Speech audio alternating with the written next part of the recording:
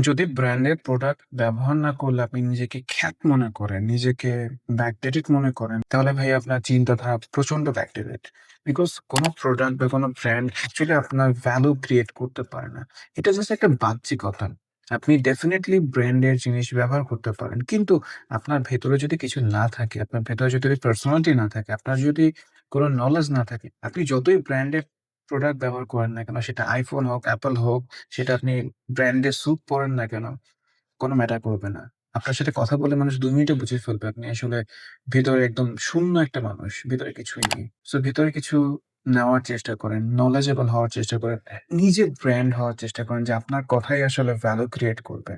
আপনার বাহ্যিক কোনো পোশাক, বাহ্যিক কোনো প্রোডাক্ট আপনার ভ্যালু এনহ্যান্স করতে পারে না, ইনক্রিজ করতে পারে না। আপনি পারেন আপনার ভ্যালু ক্রিয়েট করতে।